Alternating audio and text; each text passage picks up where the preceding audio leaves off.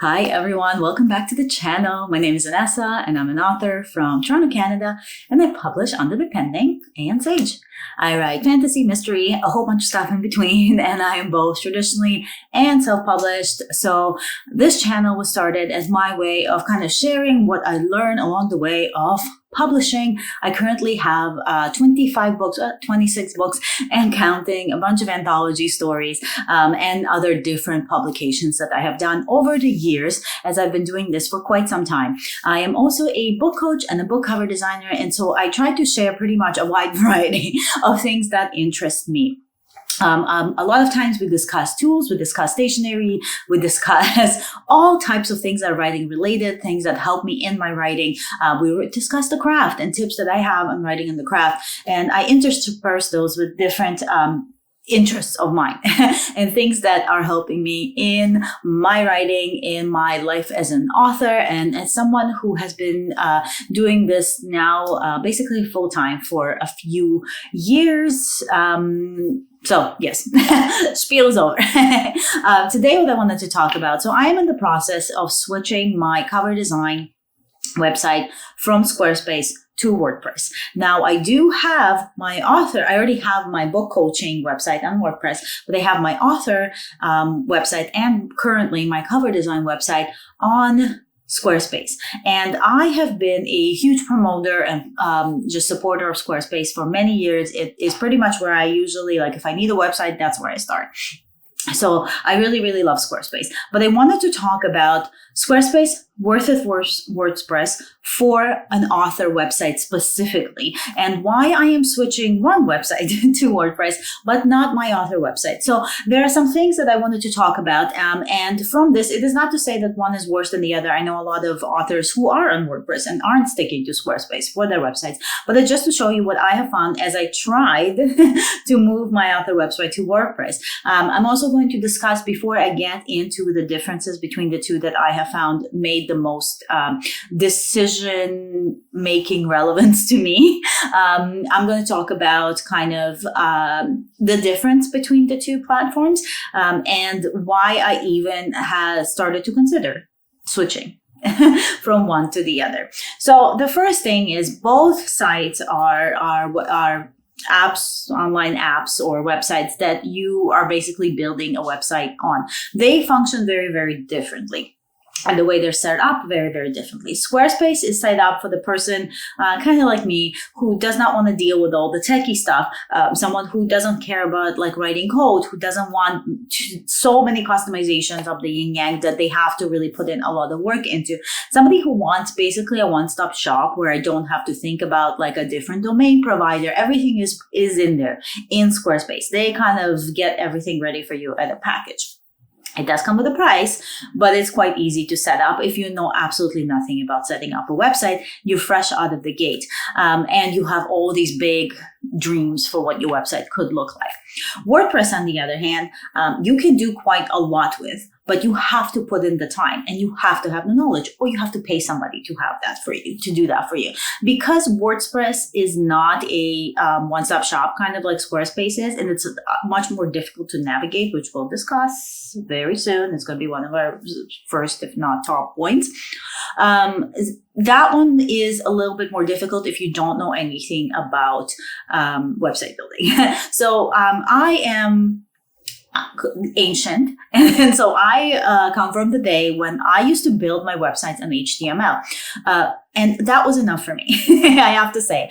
So when I discovered Squarespace, I jumped right on it because I could not write another line of code if somebody literally threatened me at gunpoint. I just did not want to do it, and so for me that made sense. However, I have a lot of businesses that I run, and the price was really adding up. And so what I did last year is I moved my book coaching website, because my book coaching website did not need much. It was static pages and a contact page, right? I didn't do any selling, any booking, nothing on there. I do everything manually for that. I like to have full control. I'm a control freak. And so for me, setting up a couple pages and a few links, it was easy, and the price was different. So we will talk about that. So that's why I made made that move. And now I kind of want to talk to you about why I didn't make the move for my author website and why I chose that. And that comes to me in the kind of points. And I do have my phone with me because I made notes. So the first thing that kind of skewed my decision not to move my author website was the ease of use. So again, I already said one-stop shop, very easy, but that's not the only ease of use that Squarespace has over WordPress, in my opinion.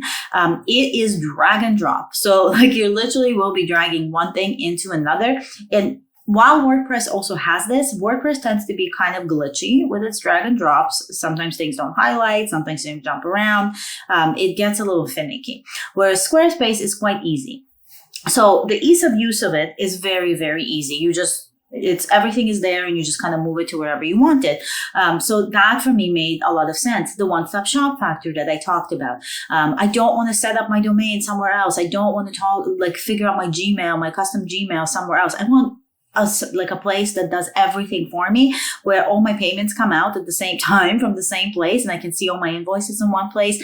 And that for me was very, very easy. And just visualizing it, like I don't need to worry about coding something if I want a full background image, just easier. Something about the layout of Squarespace was so intuitive that I think the first time I used it, I picked it up within like 30 minutes and had no trouble like just zooming through it. And now I know where everything is. I can even do backend stuff. I can add custom code if I need to. It took me time to figure it all out, but it was so intuitive that it was no trouble at all.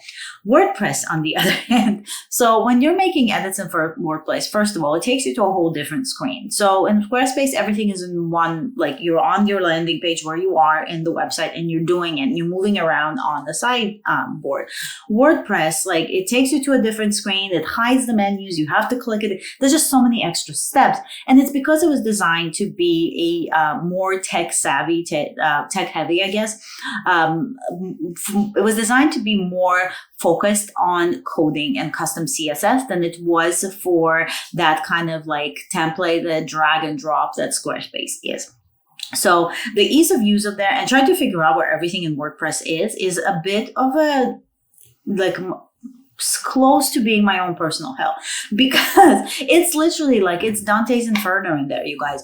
Like it's just you have to go here, you have to click here, and sometimes this exists. Oh, but your template doesn't support it. There's just a lot of hoops you have to jump through to do very basic things.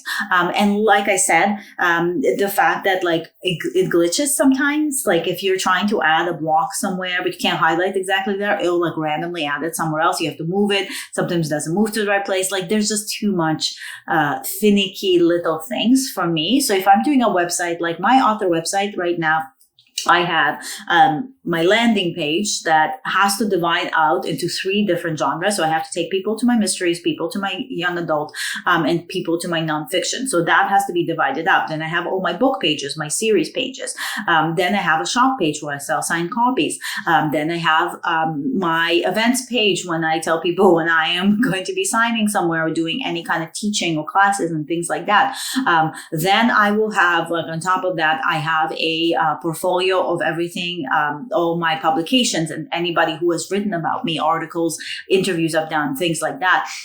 Then we have the contact page. I have a newsletter that I am integrating into MailerLite. So I need to be able to put in pop codes for the pop-ups that I've created in MailerLite and just footer information and all of that. I have 2 of those newsletters, all on that website. One of them is for this channel. The other one is for my author newsletter. And so that has to be there. There's a bunch of other stuff. There's some other stuff in there. I can't even think right now so it's a lot of pages, right? And so for me to deal with all of that and try to figure all that out while a website is acting up and getting glitchy and things are not where I'm like naturally would want them to be, too much work, too much of a headache. However, it's a headache that I would be willing to deal with if not for the few other points that I'm about to bring up. So, and I know this is skewing very much to Squarespace right now for authors, but I do truly believe that for authors, Squarespace is worth the money, and it's not even more money when we get to the final point of this videos, as you will see. So the next thing that I have is customization and themes. Squarespace has themes and customization that is available in Squarespace. And I will say it is not as many themes that you can get in WordPress. WordPress has a gajillion. It's kind of like Wix in that way, where it has a gajillion different themes that you can use. Many more than Squarespace, I will say. The difference is the templates for Squarespace are Squarespace templates. They are created for templates. The templates for WordPress are off. So WordPress has like a handful of their own like free kind of templates or templates in-house that you can get on the personal or the free plan. Very different. We'll talk about pricing in a sec.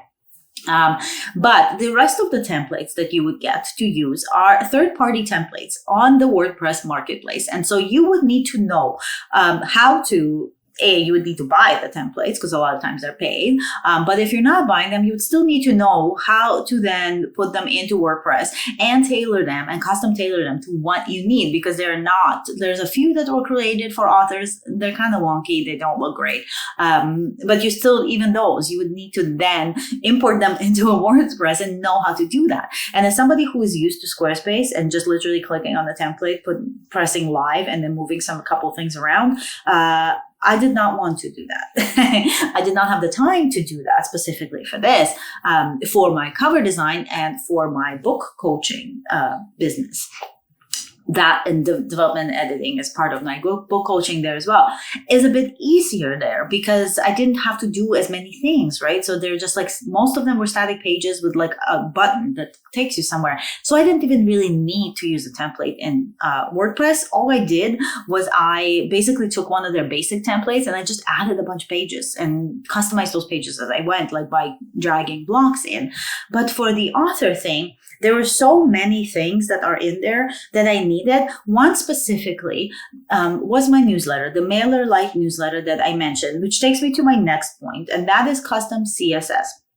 So Squarespace is not as equipped for custom CSS. I will tell you that. If you want to use custom CSS or any kind of coding, they specifically say that you can do it, but we are not responsible for it. So they can't offer you customer support on any custom CSS and coding that you do. They can only offer you support on what they do on their end. So Squarespace is not really as friendly towards custom coding as WordPress is. WordPress was basically built for custom coding. It is custom coding like CSS heaven. Any type of code injection you want to do, WordPress will have it if you know how to do it. I have probably forgotten it and it's so different than what I used to do back in the day that I don't know how to do it. The one negative that I have found is, and here we go. So kind of like, I will kind of talk about pricing more so, but this is what I really found. This was the thing that kind of made me 100% not choose WordPress, is the MailerLite. So if you have MailChimp, I believe in WordPress, if you use MailChimp, you can go ahead and just easily integrate it into the personal or the free plan. I'm not sure actually if the free plan you can, but the personal plan, which is the cheaper one, the one that's $60 a year, and not the $50 a month that I'm currently paying for Squarespace, which is why I considered the move. So if you want to use MailChimp, then I believe it's a very easy integration. It's kind of built in there. And as you may have seen, I think I don't know if I did, I could do videos on newsletter providers if you want me to. I've tried quite a few of them at this point. MailChimp is not really, it's no longer a great choice for authors, in my opinion, because the price that you would have to pay if you have a large list like I do is just so astronomical and so ridiculous, because they try to feed you their like sell points and AI and all that stuff that you don't need, right? You just need to collect emails and send newsletters and have automation. So I left MailChimp, went into MailerLite. Now, if you want to use MailerLite with WordPress, you need to put in your custom CSS. In order to put your custom CSS, you cannot do it on a personal plan. You have to get this also goes for a lot of their template. If you want to install a specific template, you have to get their business plan. Their business plan starts at $50 a month. So Squarespace right now for me, actually I lied, it's $40. So it's actually more expensive if I want to get a MailerLite set up the way that I want it to look like, which is with a pop-up and feeding directly into it, not getting like a Excel spreadsheet that I manually insert, having automations that I set up through MailerLite already, even having the templates that I want to. You need to have a business plan, and that's where the price really goes up. So the coding is great. However, the coding for what I need for it to be, which was my newsletter, as I'm sure is what for the most part what you would need it for, is not so great. Now, mobile views, I find both are, in this case, I feel like they're pretty close to one another. The one thing I will give WordPress is when you are, it's almost easier for me at least to edit the mobile view on WordPress than it was on Squarespace, because Squarespace somehow the blocks push themselves in weird ways, but both have mobile views and both act fairly similarly from my experience for what I've been using them for. So if you're concerned about mobile views, I feel like they're on par. Like, I don't think there's any competition here. However, if you have kind of seen it from another point of view, then let me know.